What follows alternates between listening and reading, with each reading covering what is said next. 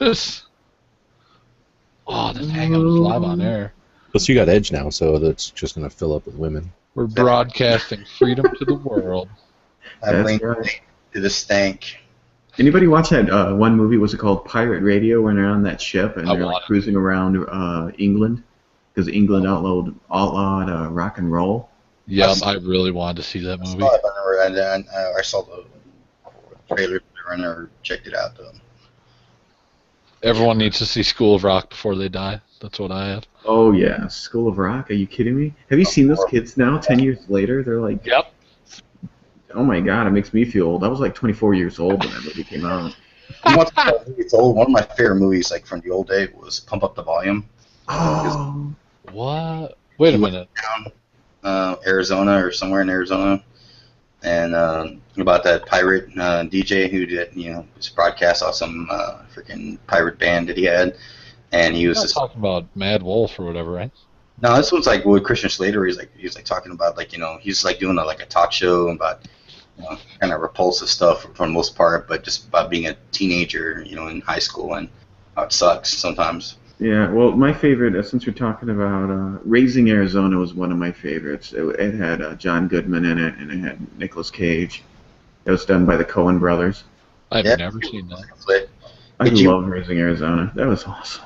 Did you see that story today about, man, that Christian band in the Walmart parking lot of the Prescott or somewhere? Oh yeah.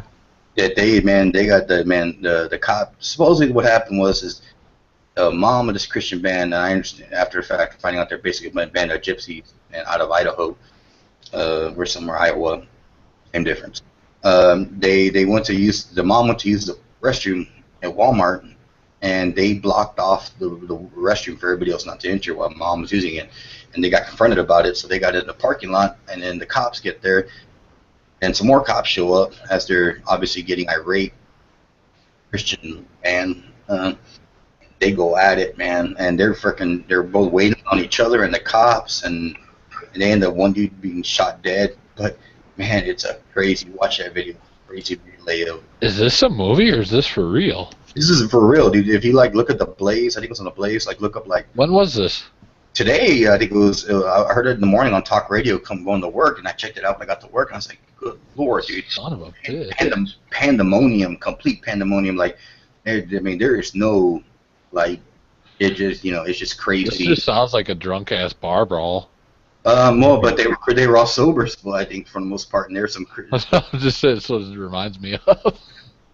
And they're going at it. The freaking cops getting pinned down. Cop ends up shooting one of them. And I'm surprised the cops didn't shoot the majority of them because I was like, fuck that shit. Because, man, they tell them to get down, and they get down for a second. So they turn their back on them or because they deal with another situation because there's 10 or 11 people in this situation. Fucking another guy goes off and gets back off his knees and starts wailing on somebody else or a cop. And they end up killing one of them.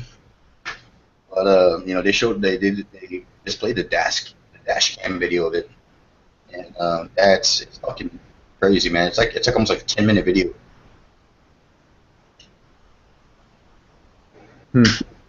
That's crazy. Thanks for educating me. By the way, hold on.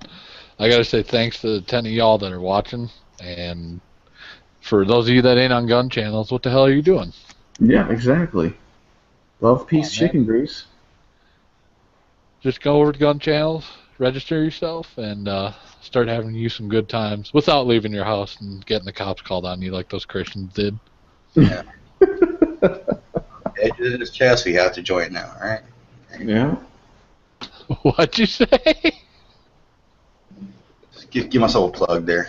Edges in the chat, so you have to join. Come on now. Yeah, what he said. Bring in the class to Smashy. I'm surprised Moon ain't coming in here. He's always in the chat. Oh yeah. Has to work. He said he's got to take his family to the dentist. Oh no, that's right. Yep. Yeah. What about Tapper? She'll feel all right. Taking a one eye to the optometrist. Oh yeah, grumpy old man. How you give me this light beer for I weigh 97 pounds? I stole that part. He's like, oh my god, Allie swallowed a quarter. Kids swallow quarters all the time. Yeah, you don't need to worry. No, she shits out 2 dimes and a nickel. Then I call a doctor. Yeah. Hey guys, I got a question for you. Like, what movie have you seen in the '90s and '80s and '70s or even '60s that Shit, I'm not deserves? that old. Well, I mean, just saying like. He was kind of old, but I don't know. Well, I'm just saying like the I don't know. movies It's that you've just seen, really like good '80s, movie '80s and questions. '90s. What movie do you think deserves a remake? Is worthy of a remake? I don't Number think 5 Ash is the person alive. to ask about 80s movies. Best ones don't deserve them, unfortunately. It's like trying to make I mean, I don't think this won't happen, right? Unless Clint Eastwood has like the rights to all his movies, a complete patent down or whatever, locked down. But can you imagine somebody trying to remake Dirty Harry? Oh, That's ridiculous. That's ridiculous right there. are you Why kidding would me? I Yeah, hope they use a do. 500 Smith. or any of his classic Dirty Harry movies or freaking Spaghetti westerns, even. the Legend of Josie Wells, Oh, I hope they remake The Good, the Bad, and the Ugly. I thought I that. still I think haven't that'd be seen that. cool. Oh my god, that'd be awesome. I say Good and the Bad and the Ugly. Remake it. The Clockwork Orange. You're gonna try to remake that Oh, movie. God, you can't remake that. That movie's a snapshot of time. Stanley Oh, Kubrick. yeah. I mean, just as long as they don't remake like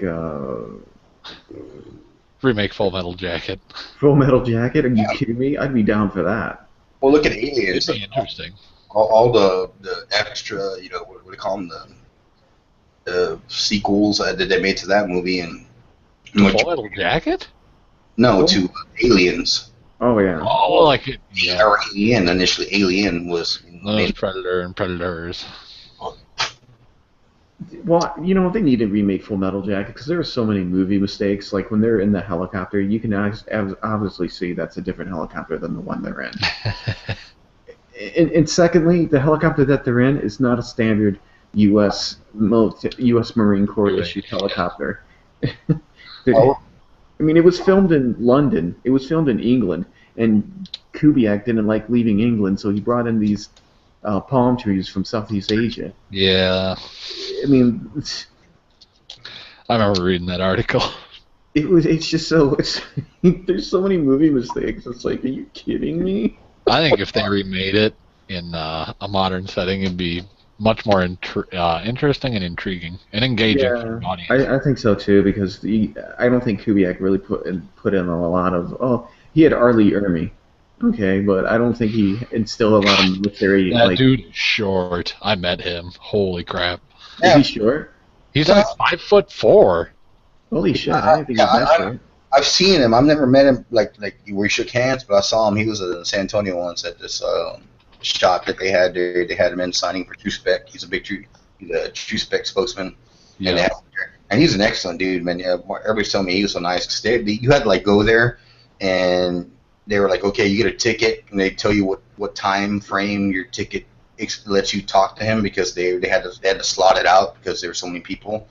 And I was like, nah, well, I really want to meet him, but I'm not that interested in meeting him. But I did take some pictures from afar, and Creeping on him. I've been told that people say that, like, if you want him to give you the whole like Full Metal Jacket treatment, Oh, he does. you have to ask him to do it. You look like bury you on it, and he'll do it. Oh my god! Yeah, yes, I saw would it, love dude. that. I would pay for that. 3 people. I would pay for that. Yep. Oh, He but was that's Very go ahead, I'm genuine sorry. when I met him. Sorry, Nick. What? No, go ahead. I was just gonna throw in a few pointers, but no, go ahead. I'm Very genuine when I met him. I actually got him to sign a. So it was at the NRA convention, and he was at the Glock booth doing sign, meet and greet, and all that. sorry. Oh, I nice. was lucky to be the second to last person in line, so I got there at just the right time. Cool. And prior to this, I had met Hitchcock and had him sign a birthday card for my sister because her birthday was coming up, right? And Mhm. then I got Arlie Ermy to sign that same card and a picture of himself for a Glock thing. And I also got him to sing happy birthday to my sister in a voice message. He is that cool. Oh wow. Tell you, if you go to this Texas shoot we're gonna have, I will sign anything you want, man. Don't worry about it. Well, but I mean, have you ever met anyone that will sing happy birthday over a phone to someone they don't know? That, like, to me, that just says a lot about a character. You know, you pay a stripper and she'll sing to anybody. You're like, hey, you know, my friend gonna be here in this bachelor party. Would you mind? Edge, will you sign a baby so that we can make that a tattoo? Yes, And I the will. baby can grow up with an Or edge like, signature on hey, this isn't permanent marker. Give me a permanent marker. Baby's head's important. I'm like, all it. No, right, I'm saying so. Well, then we'll make that into a tattoo, and then the baby can grow up with the edge signature its whole life. there you go. Exactly. It's really worth it. Yeah, I was That's the for one of my strangest next. tiger I've ever seen. Nope, that's my edge signature. There you go. People say they see my signature. They say you should be a doctor. I was going to be, but I had calling. Oh man, I'd say like one of the other projects I'm looking at is trying to like, since I'm really into like military history, I really like to get the military style Vietnam M16 version, the Well, Vietnam version of the M16.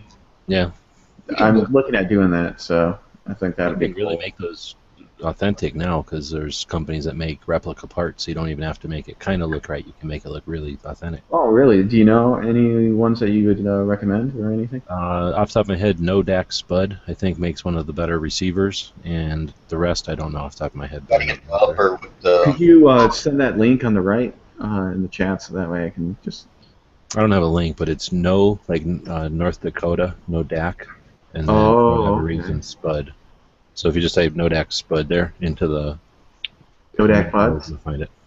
Spud like a potato, so Oh, North okay. Dakota potato. I don't know. Because I collect a lot of like military history stuff. I mean, I got a whole bunch of Vietnam gear, World War II gear, and I'm really into that stuff. So, and then Civil War history. I'm really big into Civil War history. So, When you get your upper, you need to get one that actually has the sight mounted onto the handle. If you want an authentic, kind of look. okay.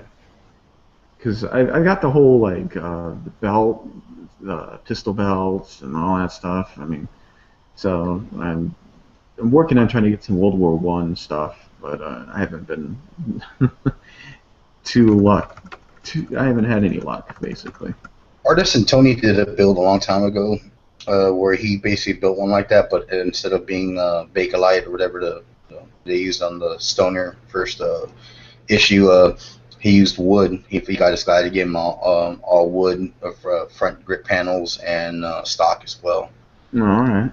And it's pretty neat. It's a different concept, but keeping kind of keep some kind of traditional aspects of the build. But he ended up using wood. Mm-hmm. He did two of them, I think, if I remember right, and it's pretty cool.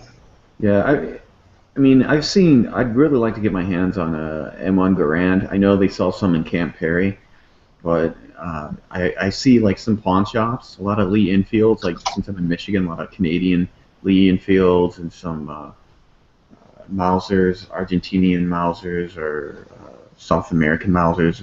No, a Spanish Mauser. I'm sorry. I've seen a Spanish Mauser at a local pawn shop, which is kind of cool.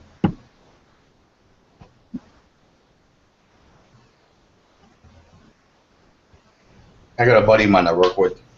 He's a former Marine sniper. He was never deployed, but definitely locked down his shit. And he was telling me he hounds pawn shops as well as I do. He picked up some stuff that they were only get rid of, like the Remington 700. He picked up for they wanted like 225, and he got him down to 150 on it. It was just sitting there. Mm-hmm. Let's go. And I was like, wow. That's what he does, just hounds the pawn shops. That's really cool. Because I mean, like the two AR-15s that I have, those are like as cool as I'm gonna get them. And this third one that I'd like to do, I think I'd like to do like a retro kind of like throwback M16, and it'd be like really cool because to me, 3 ARs is enough. And that's enough for me. I'm still working on a second build, but I hear you. And then I definitely want to get into at least an AK. And it's right now it's a buyer's market, man. It's really good prices. Oh yeah, I mean I'm a huge AI guy, but I tell everybody that is getting into guns. The market is so saturated, it can be overwhelming because they're all fighting for your money. When I first got in, I would see a commercial or an ad that says, "This will enhance your trigger pull and all this." I mean, there was like 10 of them. Now there's like 20. And I tell everybody who's getting into guns, remember, they're all fighting for your money. So do your research first, and just don't go off the one that says this will enhance it by so many amount. You know. Yeah, if I could, I want to get get a Geisley trigger for my AR, the first one I built. But realistically, I shoot that thing every. Steel left. Are we still live? Yeah, we're live. Yeah, we're live. Just chat, right? Yes, I guess so. Mm-hmm. Well, I mean, like I said about the triggers, I mean, I like to put a Geisley in there, spend the $250, whatever it costs, for that SSA trigger. But honestly, man, I don't shoot that thing, but maybe shoot. I got some parts coming in. I'm gonna do some reviews on some bolts coming in, bolt carrier groups. Mm-hmm. But other than that, I shoot it like every other time I go to the range. I don't just shoot the crap out of it realistically. And if there's people that are rifle guys and they don't really care for pistols that much and that's all they shoot. But I just don't shoot the living crap out of it to sit there and drop in a $250 part every once in a while. I've seen a lot of people get really aggressive with their first build, and I just want to do that. But I'm like, man, think about it. Are you really going to use this rifle to its potential? There's nothing wrong with having a great rifle. You can afford it. You got. Oh yeah, I tell people go for it. Yeah, go for it, dude. You got the funds or whatever. Do it.